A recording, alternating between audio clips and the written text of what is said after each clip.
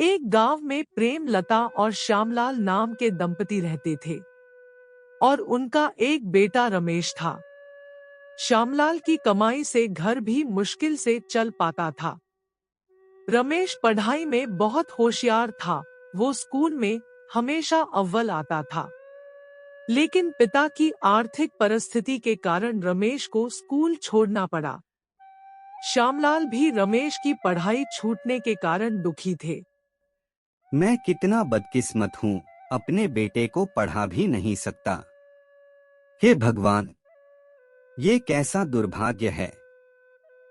चिंता मत कीजिए, भगवान ने पेट दिया है तो रोटी भी देंगे। आप बाहर जाकर कोई काम क्यों नहीं ढूंढते? कहाँ भाग्यवान, काम मिलना मुश्किल है। पहले तो जमींदार के यहाँ काम मिल जाता था, अब तो वहाँ भी कोई काम नहीं मिलता।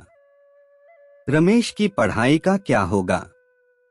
हम अपने बेटे को पढ़ा भी नहीं सकते। हे भगवान, कोई रास्ता दिखाओ। आप खुद का कोई बिजनेस शुरू क्यों नहीं करते, जिससे हमारी आमदनी होगी और हम रमेश को भी पढ़ा सकेंगे। मुझे तो कुछ समझ में नहीं आ रहा कि मैं क्या बिजनेस करूं जिससे हमारी आमदनी होगी। हमारे गांव में आलू के पराठे की कोई होटल या ठेला नहीं है। क्यों ना आप आलू के पराठे बनाकर बेचें? हाँ, ये ठीक है। मुझे तो ये ख्याल कभी आया ही नहीं। कल से ही मैं पराठे बनाकर बेचूंगा। दूसरे दिन ही श्यामलाल अपने घर के सामने एक ठेला लगाता है और आलू के पराठे बनाने लगा। लेकिन जैसा श्यामलाल ने सोचा था, उसका उल्टा ही हुआ। श्यामलाल के ठेले पर कोई ग्राहक नहीं आए। जो भी आते, श्यामलाल के ठेले को देखकर चले जाते।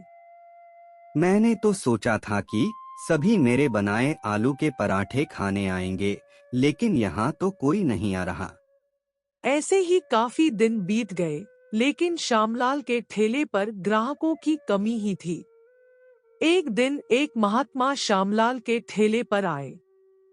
मुझे भूख लगी है, क्या तुम मुझे कुछ खाने के लिए दे सकते हो? लेकिन मेरे पास पैसे नहीं हैं। अरे महात्मा जी, पैसों की आप क्यों चिंता करते हो? ये लो, आप ये पराठा खाओ।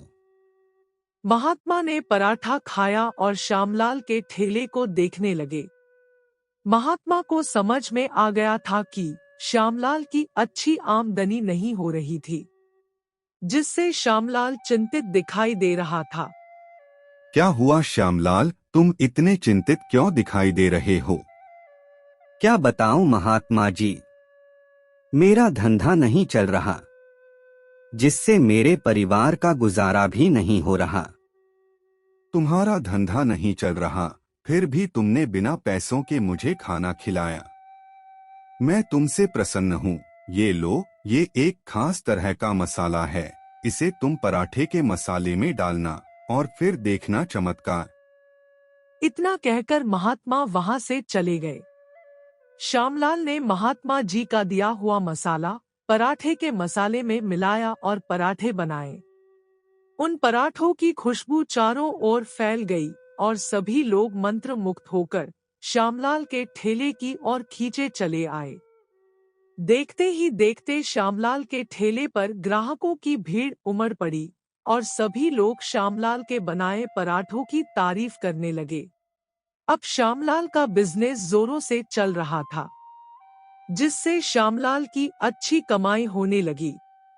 श्यामलाल ने अपने बेटे रमेश का एक अच्छे स्कूल में एडमिशन करवाया और अपना जीवन खुशी से व्यतीत करने लगा।